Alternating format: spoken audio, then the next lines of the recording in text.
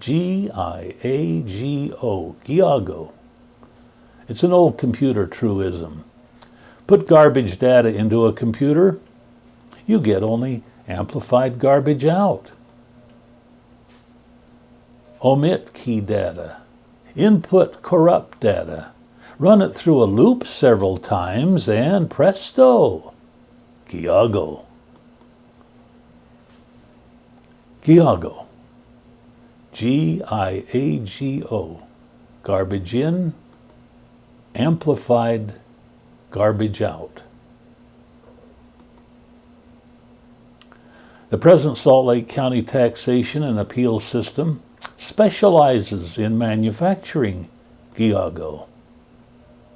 The present system is structured, only provides a very rich soil and nutrients for real estate scams such as Rich Dad, Poor Dad. The county is a major player in this scam. And the real estate manipulators rush in. A 33% increase in agents over last year. And who pays the bill here? We do.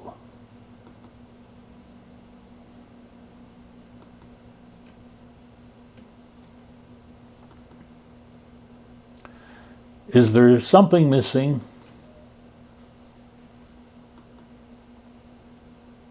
The county does not even consider the most important parameter. It's the one reference standard that should have been an integral part of this process at the very beginning. It's called ability to pay. Instead, property owners are directed to go down the hall to the abatement office. Translated, go somewhere else. We don't want to deal with this. Go somewhere else. Don't bother to fix the root problem. Just put a patch over it. Just go. Go somewhere else. And to be sure, the county hasn't, won't, and isn't going to step in and act on the problem. Despite the fact the county does have full control over taxation and within the law. We'll talk more about this later.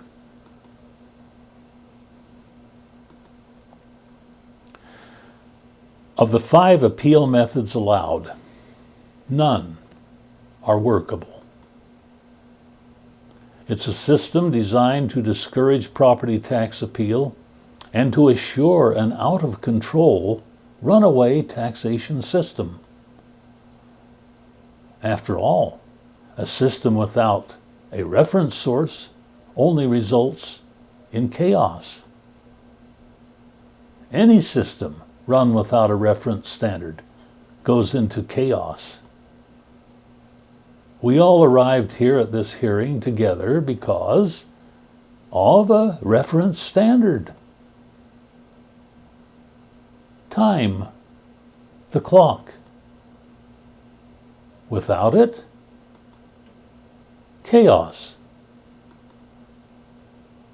The Salt Lake County uses a volatile, a here now, gone the next standard, which is no standard. Then the county uses this old standard to set next year's standard. Last year's error is compounded and amplified when adding next year's valuation. And it gets even better. Nothing got our ire up more than this letter from the county. Let's read the fine print. We received it the same day we got the property valuation from the county assessor. We wish to make you aware that appeals to the Utah State Tax Commission affect only the tax year for which the appeal was filed. When issued, the decision on the noted appeal will not have any effect on subsequent valuation of your property for other years. This includes the 2007 valuation of your property that was recently mailed. The decision on the noted appeal will not have any effect on the subsequent valuation of your property for other years. Translated, lock in the errors. Lock in the errors of the past and multiply them year after year. The decision on the noted appeal will not have any effect on the subsequent valuation of your property for other years.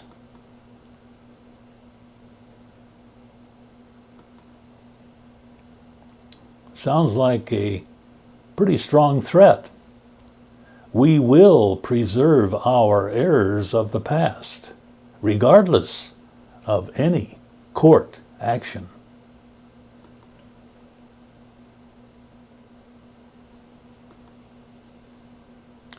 Exactly how dumb does the county assessor take the public to be? Sorry, folks. This kind of idiocracy doesn't persuade. The real world works on standards.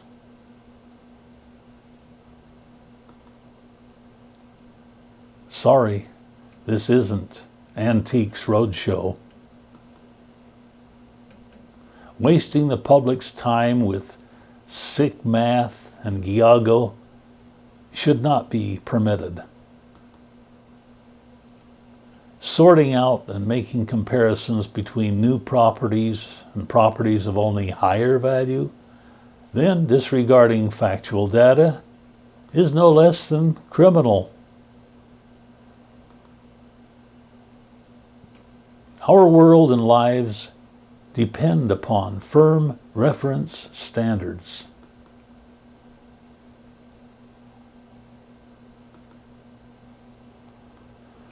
There is no reference standard for property tax. In fact, the only standard is last year's appraisal, which was laced with cumulative error. Accumulated errors because of an appeal system which assures no correction. Most people I've talked to don't want to appeal because it will do no good. Instead, we find the county engaged in processing deceptive, dishonest, and mythical information. Property, which should be devalued by depreciation, is instead escalated in value beyond all logical measurements. Instead of using standards like a ruler, let's use something that we can really stretch, a rubber band.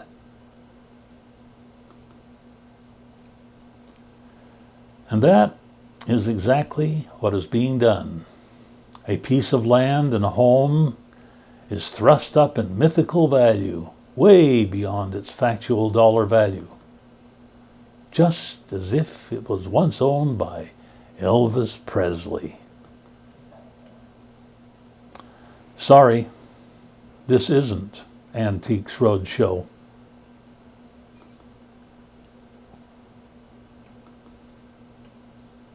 Another very serious error we see here is bias. Bias. The county uses, 1, a hired by the county, independent appeals officer.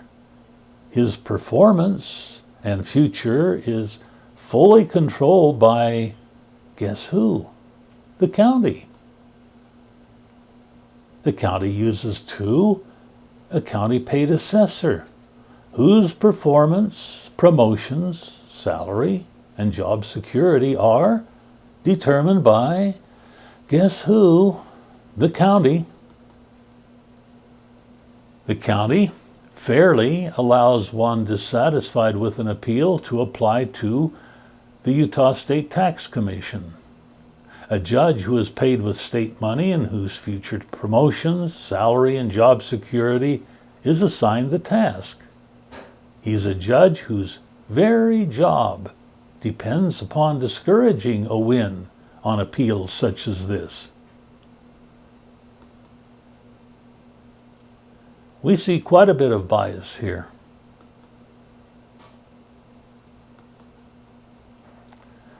Still another observation. We feel that there's retaliation expressed with figures coming from the county.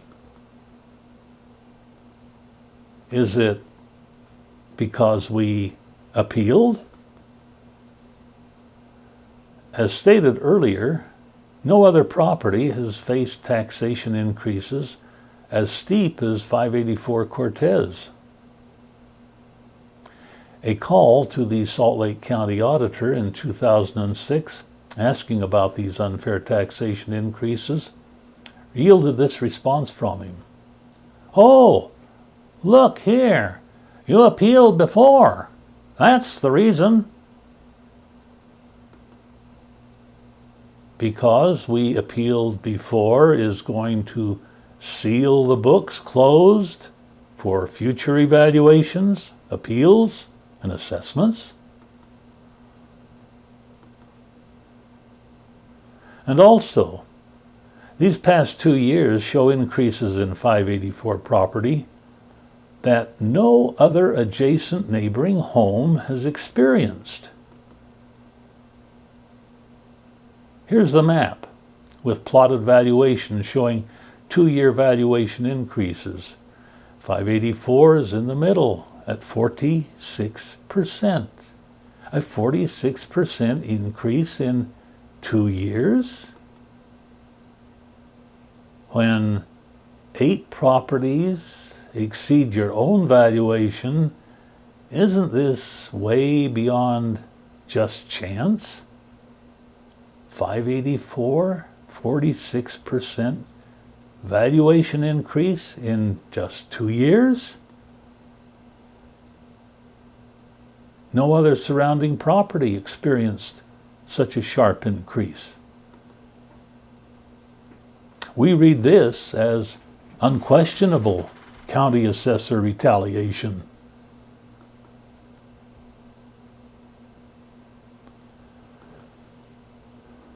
Can a person really appeal? Let's take a close look at the 5 qualifications for appealing.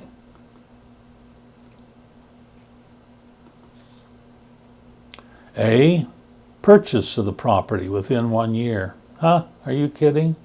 We've lived here for 45 years. We have no intention of selling. And how many others would fit into this very narrow qualification? B, professional fee appraisal completed within 1 year.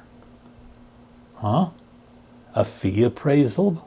A fee appraisal which is based upon past erroneous and inflated property valuations? Property valuations which are based on compounded errors using county-generated garbage in, amplified garbage out over many years? Come now, let's get real.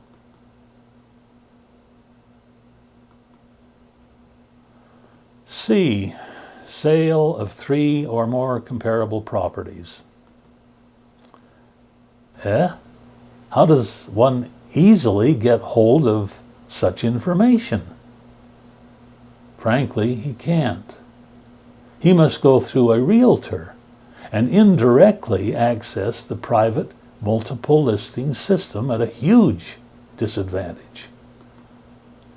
While the Salt Lake County assessor has easy and complete access to a vast database of critical information. As an example, this phone call to the Salt Lake County Auditor's Office regarding a property we wish to make comparisons about resulted in this conversation recorded on September 24th, 2007. It resulted in zero information except the go somewhere else clause. 635 North DeSoto Street. Let me bring up one more frame here.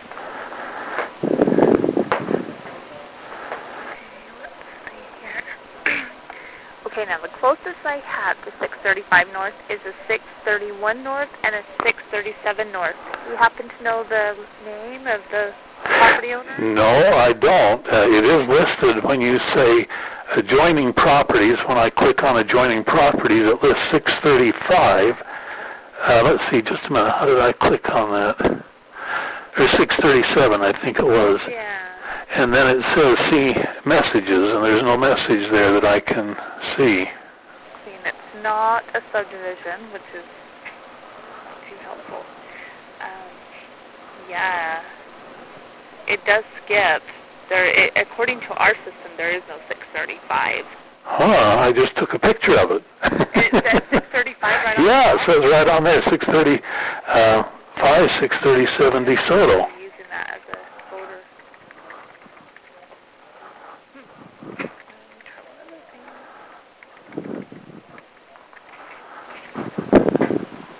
Yeah, nobody's even using that to register for voting. Yeah. It wouldn't be because there's some kind of action involved with it, like a non-disclosure thing. No. Let me see what kind of properties these are next. I wonder if, let's see, one's in a trust, which is one's a duplex, and that could be where that came from, possibly. Yeah, it's a duplex. So I wonder, sometimes, I mean, it's sad but true, but people will just kind of put whatever up there.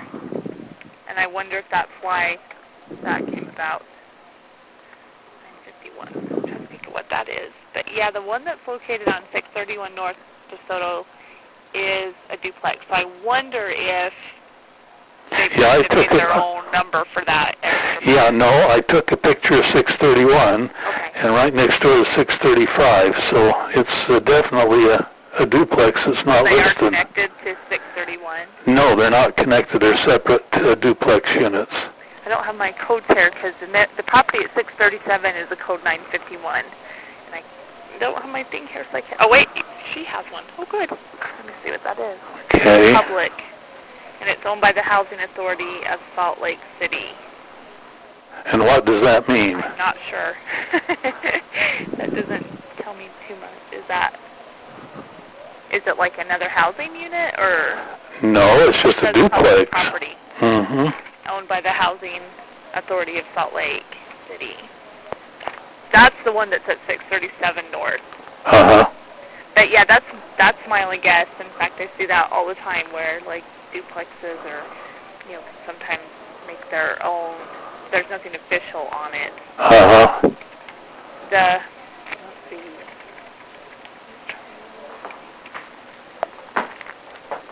Yeah, this is in Salt Lake City. I don't know. You possibly could contact Salt Lake City and ask them about it, but I don't know how much they keep track of multiple addressing type things where there's like a duplex and such. Okay. Well, I'll just sort of have to see if I want to explore that a little bit more then. Yeah, we don't have anything certified or official, but I don't doubt that they might be using it. And I don't have anything in voter registration, so I'm not sure. Okay. I'm sorry. All right, thank you. You're welcome. Bye-bye. This audio recording had long pauses edited out for the convenience of this court. The actual time to make this inquiry took considerably longer than what you've just heard. Additionally, the information furnished is based upon sorted, year after year, overinflated, erroneous property valuations. Earlier errors are simply compounded over time. 2, only multiple listing service Salt Lake Real Estate Board sales are included. Private and other sales are excluded. And non-disclosure assures critical information is never revealed. And why is property loss due to non-payment of taxes never averaged into the database? And why is property loss due to bankruptcy never averaged in? These are real and tangible losses to the homeowner. Ignoring these facts is unforgivable. Somehow factual information just magically vanishes. This amounts to pure dishonesty. Well, to get back on track, we've been looking at C, comparable properties. As demonstrated, the public is at a huge disadvantage, unable to get important, critical information.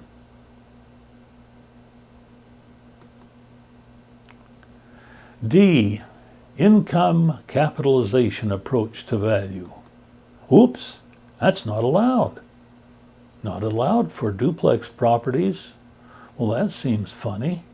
Duplexes are considered business on federal tax forms.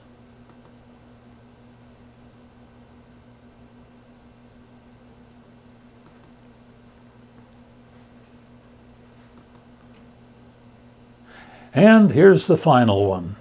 This is your last chance, folks. Here it is.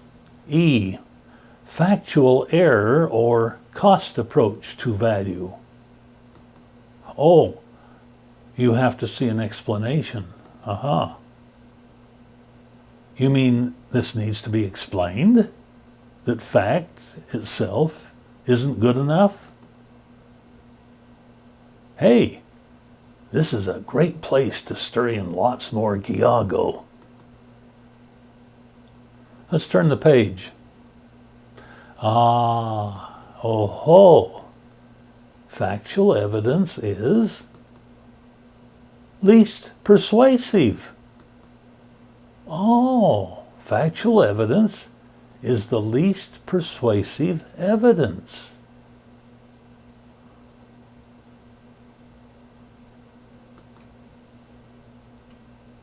Translated, factual evidence is not wanted nor considered. My, how convenient.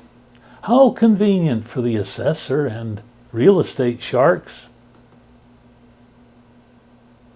Oh, but wait, there's more. This E category only applies to mostly new construction.